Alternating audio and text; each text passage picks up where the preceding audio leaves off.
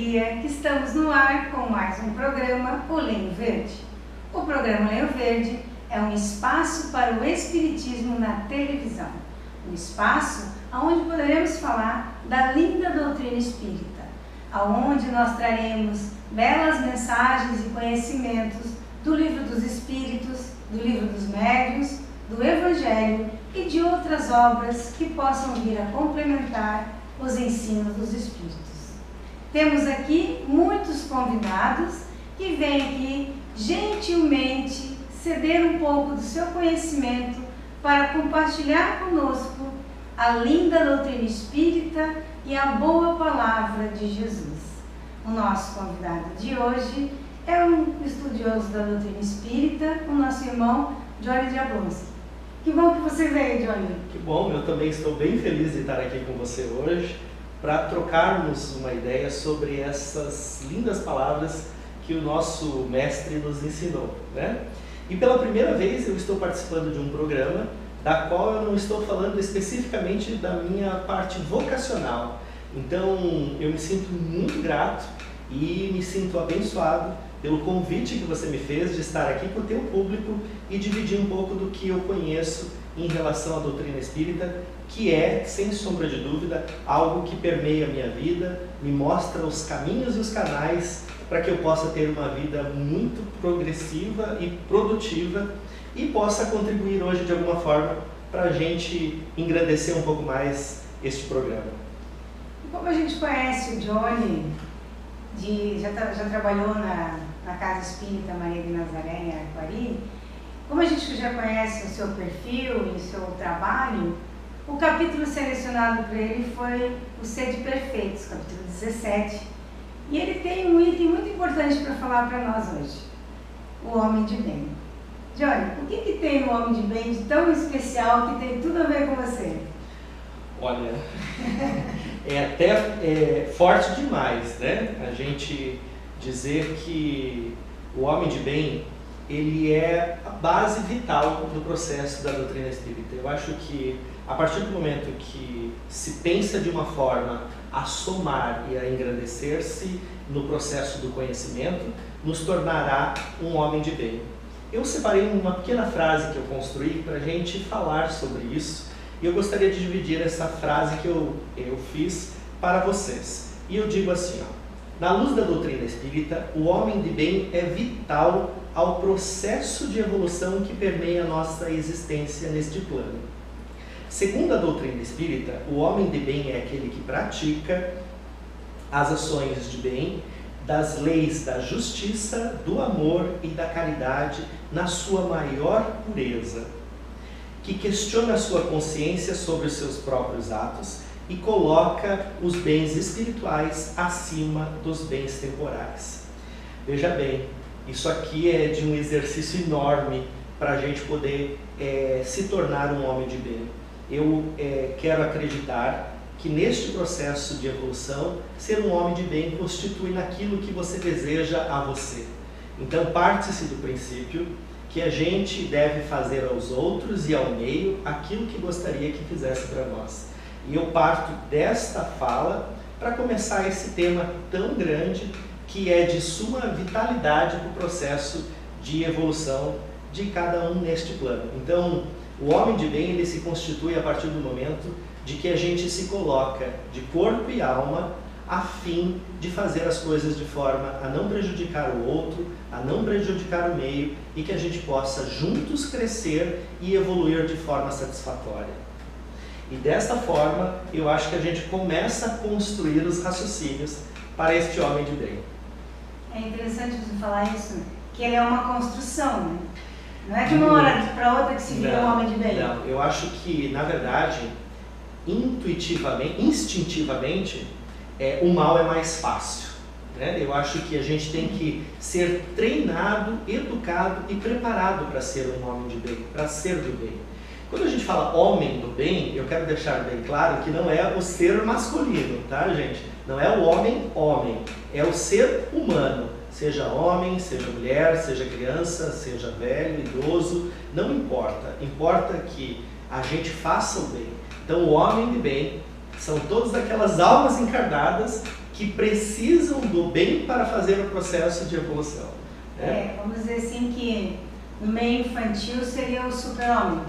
Exato. Né? Que é justo, que é trabalhador, que é forte, que não se sobressai, que não se impõe, né? E se coloca de uma forma a não atropelar. Né? Eu acho que dentro desse processo, eu elegi 3 bandeiras para permear essa nossa conversa de hoje. Então, eu acho que eu posso embasar essa nossa conversa trazendo essa primeira bandeira que a gente chama de trabalho, solidariedade e tolerância. Né? 3 itens que são bastante complexos, porque o trabalho é para que a gente possa produzir e construir uma dignidade no plano físico, na nossa sobrevivência corporal, trabalhando em prol desse tempo que passaremos nesse processo. A gente recebeu um corpo, né? E esse corpo está aí dentro de um processo que é onde o trabalho também faz parte desse processo. A solidariedade está entre a convivência com os nossos semelhantes, né? O que eu posso fazer para fazer o bem e que isso me reverta de forma saudável nesse processo de crescimento. E a tolerância, que é uma grande provação de entendermos que o outro é o outro e nós não temos o direito de subjugá-los. E então a tolerância vem para nos ensinar que a gente precisa olhar e entender as diferenças e saber que a somatória delas é que traz um bom entendimento e um bom engrandecimento. E eu acho que a segunda bandeira a gente poderia chamar de reforma íntima, né, Josi? E a reforma íntima, gente, ela tem que ter um propósito, ela tem que vir de dentro. Não adianta eu fazer uma reconstrução de um comportamento bacana que ele sirva de vitrine aos olhos alheios. Né? A reforma íntima ela tem que partir de dentro do seu coração, de entender que a gente tem que olhar para o nosso modelo de vida e fazer deste processo algo que possa contribuir, que eu possa somar diante aos outros semelhantes, para que a gente possa ter aí um processo de evolução com dignidade. E a terceira bandeira, eu acho que é de grande importância, que é a prática da caridade.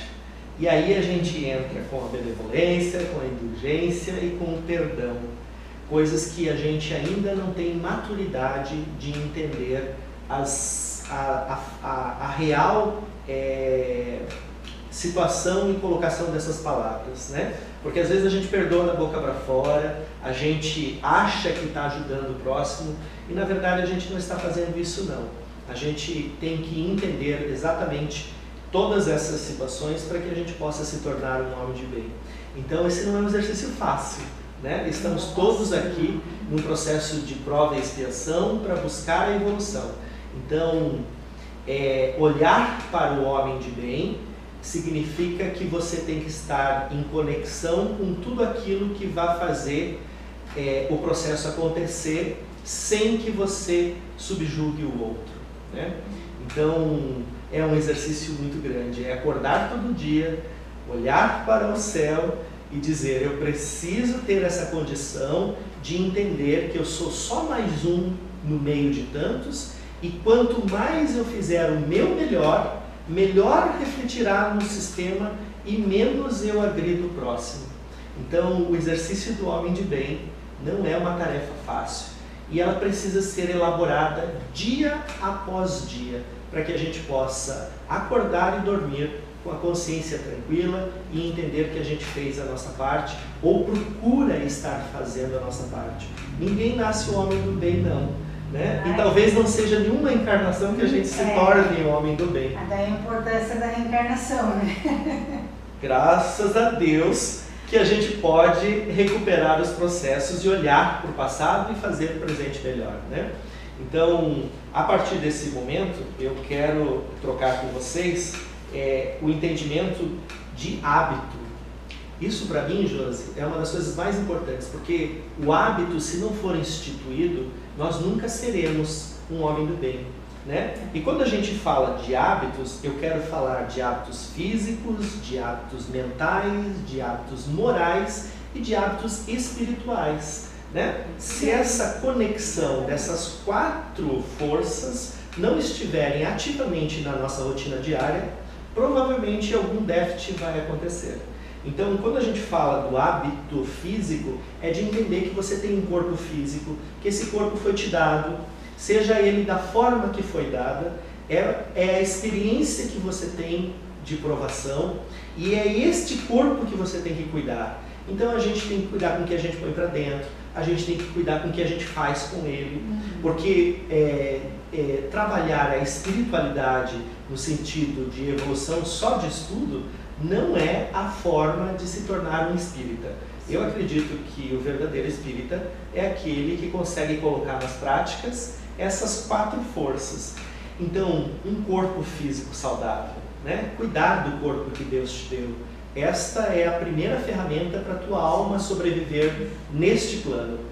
O mental é lembrar que a gente tem que ter uma higiene dentro da cabeça, porque senão as nossas emoções vão ficar perturbadas, a tendência do mal é agir sobre a gente, então nós temos que ter um cuidado mental diariamente, reformular as nossas ideias, cuidar dos nossos pensamentos para que a gente possa ter uma mente higienizada. E uma mente higienizada, ela tem uma capacidade melhor da gente poder entender os comportamentos e as mudanças que a gente precisa fazer.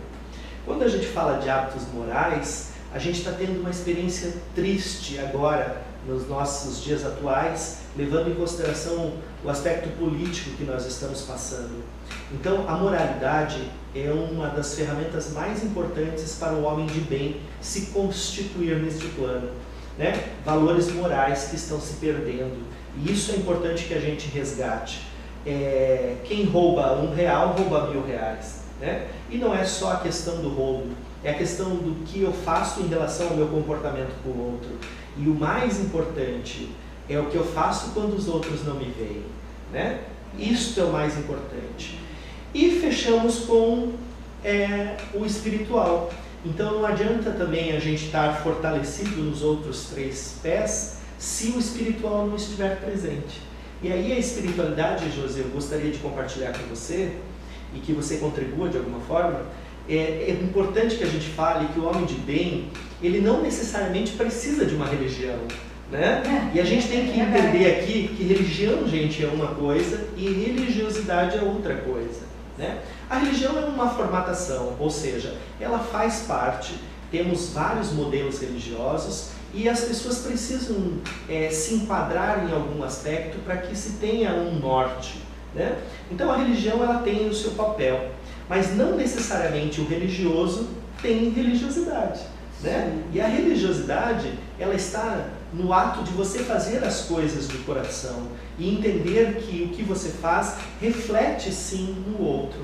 Eu conheço muita gente que piamente diz não acreditar em Deus, né? Não acreditar em uma religião, se considera ateu e faz coisas grandiosas em relação a muitos religiosos que batem frequência nas igrejas e nas religiões de forma a não terem a verdadeira religiosidade dentro de si. Então fica uma situação bastante importante de ser colocado, né? Ir à igreja não significa que de fato você está fazendo a religiosidade exteriorizar os seus atos reais diante as coisas que você faz na sua vida. Então esse é um momento também importante para a gente refletir, porque muita gente ainda confunde e acredita que para se tornar um homem de bem, eu preciso ter uma religião.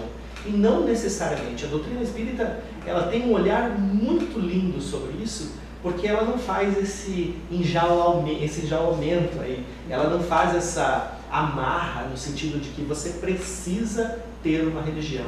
Você tem que ir no centro espírita. Você tem que ir no centro espírita, você tem que ir na igreja evangélica, na igreja católica, enfim. Eu acho que a gente precisa desmistificar isso, e aí o teu programa é incrível porque ele dá essa oportunidade às pessoas entenderem e tirarem as suas conclusões em relação a isso, né? Entender que uma coisa não está relacionada à outra, mas quando as duas estão em sintonia, a gente tem uma prospecção de crescimento melhor. Isso é muito bacana também, né? E a gente vê isso nesse capítulo, no Sede Perfeitos, que é quando existe uma indicação do que é que você tem que fazer, mas é você que tem que fazer. Você tem que aplicar aquele ensinamento, como ele falou dos 3 aspectos, como ele falou dos pilares, que justamente é quando você aplica aquilo que você aprende. Porque quantas pessoas já conhecem o Evangelho? Né? Quantas pessoas conhecem a Bíblia, conhecem o Corão, conhecem o livro da Torá? Ela conhece, mas ela não aplica. E como ele disse, quantas pessoas que não dizem acreditar em Deus, mas por suas convicções, mas são extremamente boas. Produzem, ajudam, compartilham Esse e têm de uma generosidade imensa em relação ao outro. Então, realmente, esse é o homem de bem de fato, né? Até porque eu acho que a gente foi criado para ser um bem de luz, né? Nós não fomos criados para sofrerem, nós não fomos criados para sofrer e nós não fomos criados para fazer o mal. Nós fomos criados para ser de luz, para ter as coisas boas. Mas para ter as coisas boas, a gente precisa fazer coisas boas. E isso, de uma certa forma, é difícil da gente entender, né? Aí eu entro em um outro ponto bastante importante, que o homem de bem, ele não necessariamente usa dos bens materiais para subjugar, para ter poder, né? O homem de bem, ele produz, ele trabalha. Eu acho que o homem de bem, ele é muito mais proativo ainda, porque senão a gente não consegue prospectar esse processo de crescimento. Então a gente tem que entender que a vaidade, o orgulho, o ego são ferramentas que não nos dão necessariamente a possibilidade de crescimento, né? Quando a gente perde o controle sobre esse processo, a gente vai prospectar em cima de uma falsa ideia. Então é importante que a gente entenda que o homem de bem, ele é desprovido de vaidade. Ele tem a vaidade para manter-se aqui, em plenitude, mas ele não se engrandece em cima da vaidade, né? A gente também tem que entender que o homem de luz, ele promove, o homem de bem, ele promove as ações de uma forma que não subjugam na primeira pessoa, né? Não necessariamente eu preciso aparecer para fazer o bem, para que eu possa estar conectado com o bem, né? Como a gente vê essas ações de bens sociais, esses marketings trabalhados em cima desse processo, olha eles têm, base que eu tô dando, eles têm a sua ação, mas não para o homem de bem, não para essa caracterização de fato sobre o tema que a gente está discorrendo. A finalidade é fazer o bem pelo bem, porque ele não se exalta e não se envaidece, né? Exatamente, exatamente. E também entender que o homem de bem, ele tem uma tolerância, como diz uma dos pilares, né? A tolerância em relação à crença, à cor, à orientação. Então, o homem de bem, ele não julga. O homem de bem, ele não condena. Ele olha para o processo e não retroalimenta o preconceito e a discriminação, seja ela em que nível for. O homem de bem, ele tem a capacidade de aprender com tudo isso e somar e contribuir com o processo, sem o crivo do dedo apontado, né? Até porque ele cuida da sua vida, né? Literalmente, né? Exatamente, ele tem um olhar muito grande para si, mas que reflete no todo de forma positiva. Então, tornar-se um homem de bem é uma tarefa esplendorosa e, para mim, é a base vital da doutrina espírita, e em cima disso todo o resto vem para que a gente possa entender esse processo. Então, eu gosto também de falar, quando a gente coloca uma situação que é muito parecida com a parábola que está no capítulo deste assunto que a gente está falando hoje, que traz para a gente a ideia do não estar fazendo o mal já significa estar fazendo o bem. E eu vi uma palestra um tempo atrás, que o palestrante disse uma coisa que eu achei muito bacana, se referindo ao homem de bem, que a gente pode ser morno frio e quente. E a gente acha que as pessoas que fazem mal, elas estão aí em um número muito grande. Mas o raciocínio mostrou que as pessoas mornas, que são essas pessoas que acham que não fazem o mal, só porque não fazem o mal, acham que estão fazendo o bem. E essas pessoas não estão fazendo o bem. Gente, quando a gente não faz o mal, você também não está fazendo necessariamente o bem. E esse número de pessoas que acha que não faz o mal é muito maior do que o número de pessoas que fazem o mal real. Então, o mundo está mais cheio de gente que acha que não faz mal do que gente que faz mal de verdade. Então, a gente também precisa olhar para isso. Porque o homem de bem, ele vai fazer o bem. E é isso que a gente tem que entender. Só o fato de eu não fazer o mal não significa que necessariamente o bem eu esteja fazendo. E dentro disso eu preciso entender que para fazer o bem, eu preciso ter ação, eu preciso ter proação, eu preciso ter iniciativa e eu preciso entender que eu preciso contribuir de alguma forma. E aí eu consigo caminhar para o rumo do homem de bem. E quando eu entendi isso foi tão bacana, porque eu nunca tinha parado para pensar desta forma. Né? Será que eu sou morno, frio ou quente? Eu procuro ser quente, sempre que possível. Mas a ideia é que às vezes a gente se coloca numa situação de morno. Né? Quantas vezes a gente vê pessoas que dizem não fazer mal, que não roubam, que não fazem isso, que não fazem aquilo, mas também não estão fazendo absolutamente nada para mudar o processo no circuito positivo, na ação do bem efetivo, né? Então, as coisas que eu acredito da doutrina espírita, ela me mostra na evidência prática, né? Eu acho que é as ações, gente, é sair da cama e vivenciar essa possibilidade de mudança.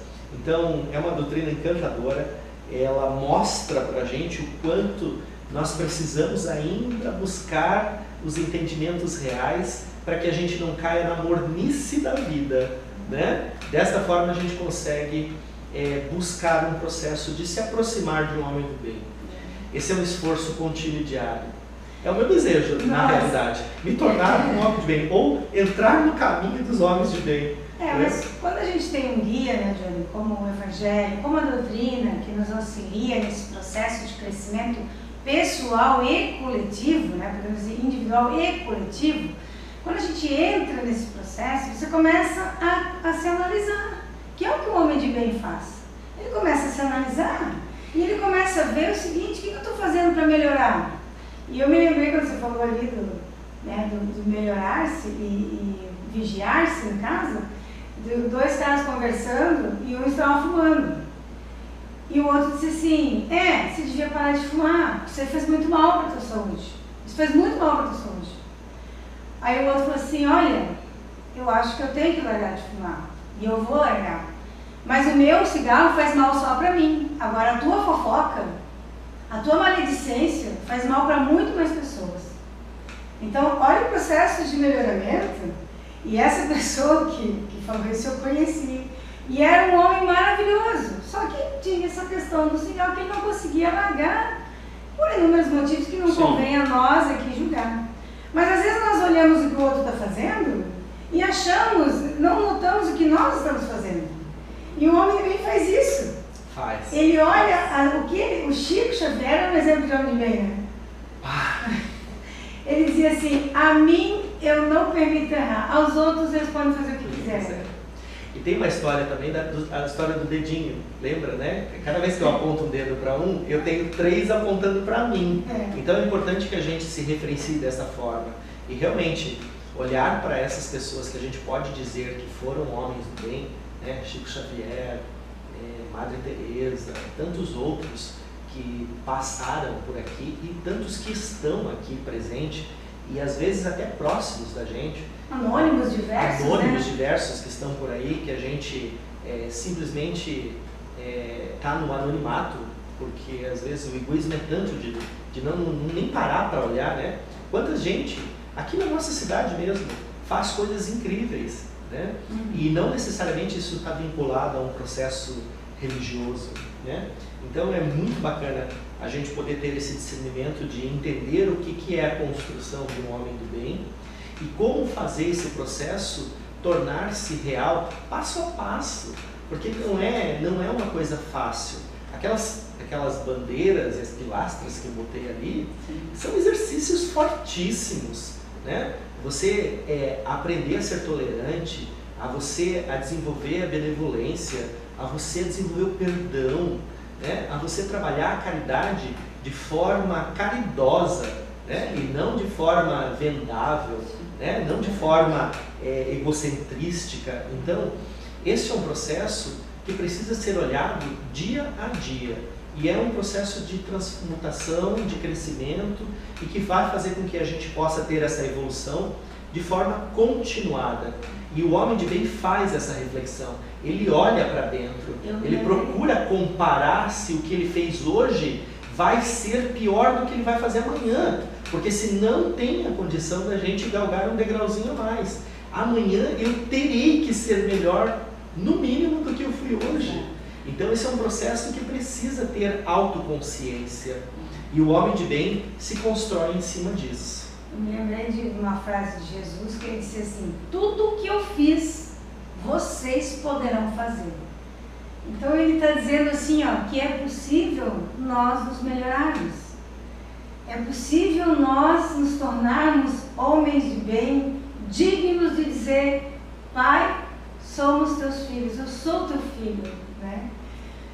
É verdade, é forte isso. Forte isso. É forte. E eu fico muito feliz, assim, de poder discorrer sobre esse tema, porque a gente que trabalha com a saúde consegue, dentro desses campos que eu coloquei, perceber o quanto a gente deixa de cuidar do corpo na sua essência real, né? A gente tem uma preocupação muito grande em evoluir emocionalmente, em evoluir moralmente, e aí é culturalmente junto, não só moralmente, né? Culturalmente, e às vezes até espiritualmente, mas a gente vai deixando o corpo como se ele fosse autossuficiente, como ele tivesse a capacidade de se ajustar sozinho e como ele não envelhecesse. Então é importante a gente entender que para eu poder ter todos esses processos em andamento, eu preciso ter essa carne, esta matéria, de forma a construir esse processo gradativamente, né? Olha, tem muita coisa para falar. Johnny, que bom que você veio. Obrigada por ter vindo. Eu que te agradeço. Fiquei muito feliz de poder contribuir. Espero, de alguma forma, ter somado com o que eu estudei para a gente poder trazer esses entendimentos e realmente voou o horário e o tempo, e eu te agradeço pelo convite e espero, quem sabe, em próximas oportunidades estar presente de novo. Pessoal, muito obrigada. Fiquemos todos na paz de Jesus.